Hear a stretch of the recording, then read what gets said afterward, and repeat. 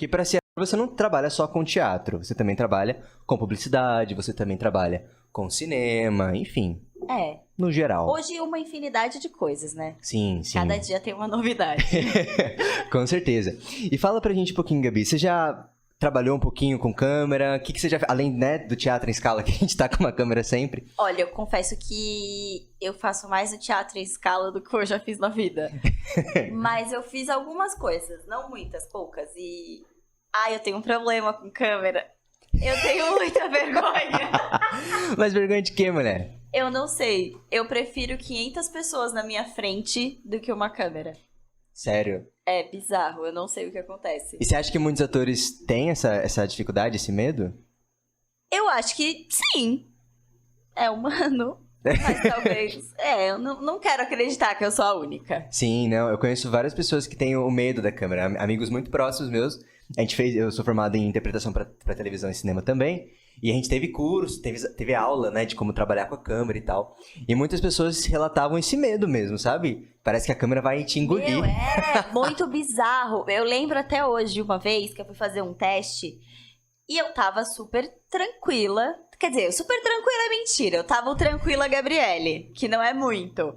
E eu tava... Na verdade, amigo, era o teste do Senac. Eu fui fazer o teste do Senac já faz muitos anos. Tipo, muitos mesmo. E aí eu tava com o texto decorado, tinha ensaiado a cena, eu tava confiante. Só que a hora que eu cheguei pra fazer o teste, tinha uma câmera. Meu, eu vi a câmera, eu travei. Foi muito vergonhoso.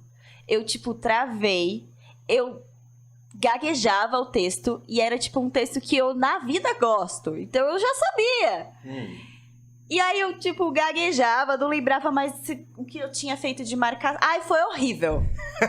Sério. E a minha mãe, tadinha, tinha ido comigo, né? Porque ela tá comigo em todas. Sim. E aí ela na porta, toda, né, ansiosa e tal. E aí, ai, Gabriele, e aí? Porque ela tinha visto o que eu tinha feito. Ai, Gabriele, e aí? Daí eu saí assim. Chorando. Como tava sua mãe lá, né? Daí eu falei, não deu certo porque eu travei quando eu vi a câmera. Nossa, ela ficou tão decepcionada. Tadinha.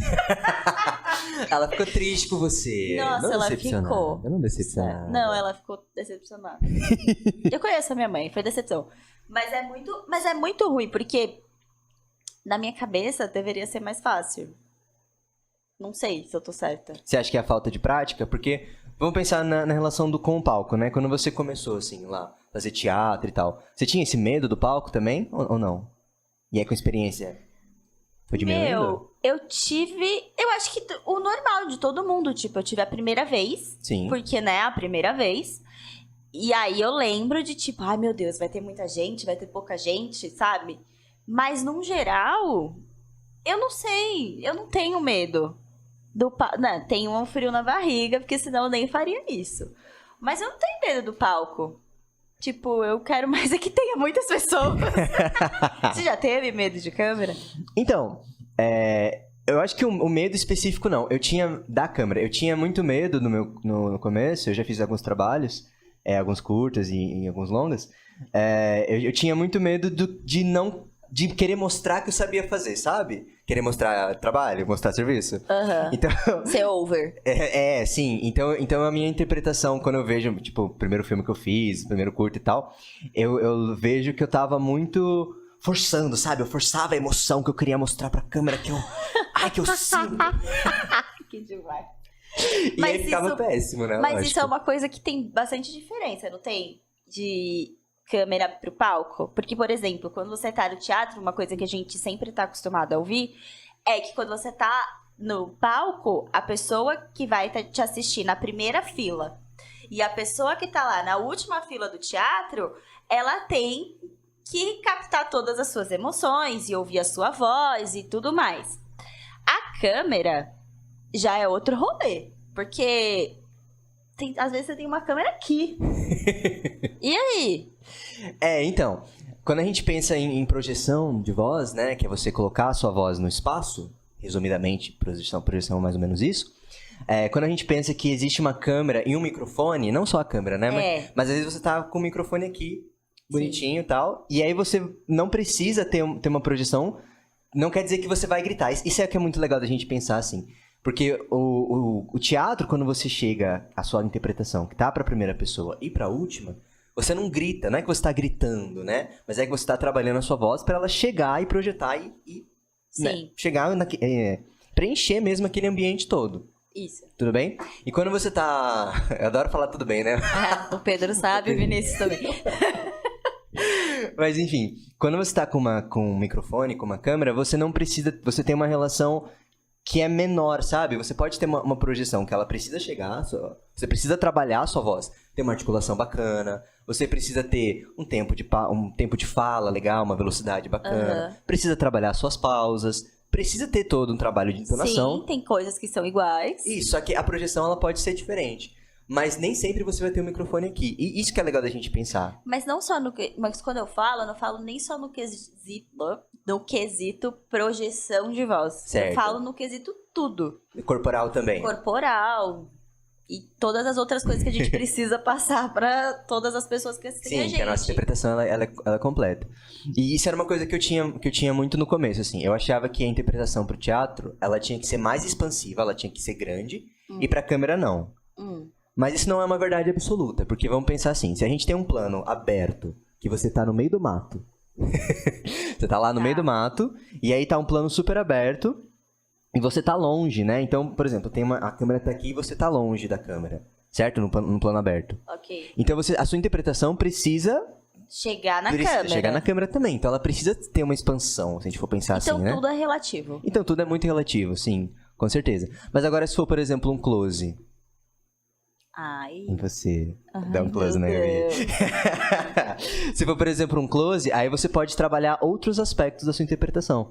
Você pode trabalhar, por exemplo, uma expressão corporal que é mais focada em alguma parte. Por exemplo, você vai trabalhar como uma expressão focada na sua mão. Você tá um close na mão. Mais minimalista? Não, talvez minimalista, mas direcionada. Por exemplo, a gente tá com um close na sua mão. Como que você expressa... Pra quem tá te assistindo, aquilo que você tá querendo expressar com a sua mão. Talvez uma ansiedade.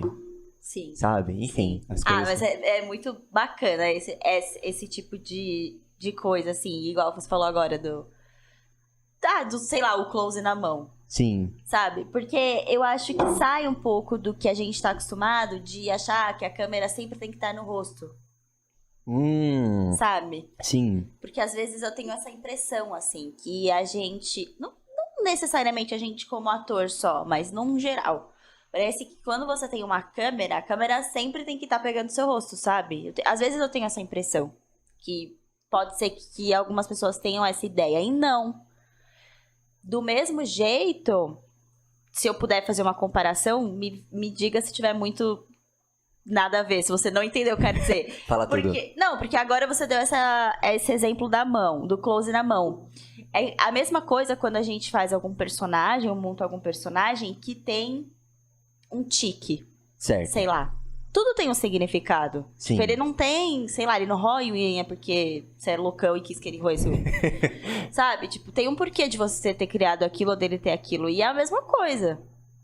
Certo. Então eu acho que seria um comparativo, talvez. Sim, talvez. Sim, claro. Porque o processo de criação a base é a mesma, né? Se a gente for parar pra pensar. Existem técnicas diferentes. Obrigado, plural. Mas, por exemplo, existe uma técnica muito famosa nos Estados Unidos, que é o do Meisner, né? Que foi um cara aí que desenvolveu uma técnica de interpretação para o cinema hollywoodiano. E daqui a pouco o João vai fazer vídeo dele no Teatro em Escala. Fiquem ligados. Fiquem ligados. Mas a base do sistema do Meisner é totalmente a base do sistema Stanislavski, que para quem não conhece, é a base da interpretação do teatro, né? Uma das grandes bases que a gente tem hoje. Sim. Né? Então, se a gente for pensar assim, como que funciona a sua construção de personagem, ela vai seguir mais ou menos ali o mesmo caminho. Eu acho que a única diferença, assim, de construção, de trabalho, quando a gente pensa em câmera, é que vai depender do projeto que você está fazendo. Então, por exemplo, assim, eu vou fazer um longa-metragem, e aí tem uma equipe, tem um processo de ensaio, de duração, tem uma duração longa, a gente, sei lá, vamos gravar 4 meses. Beleza, aí é um processo longo. Mas, às vezes, você vai fazer projetos que são mais curtos, por exemplo, um curta-metragem, que às vezes você vai ter 2 diárias, 3 diárias, sabe? Numa gravação que ela é em tempo menor. Aham. Ou, por exemplo, você vai fazer trabalhos publicitários. Ah, Que você precisa criar alguma coisa, lógico, né? Você pra vai... um dia, às vezes. Pra um dia, às vezes. Assim, e aí não vai ser. Aí vai ser uma coisa super mais superficial, com certeza. Ah, sim.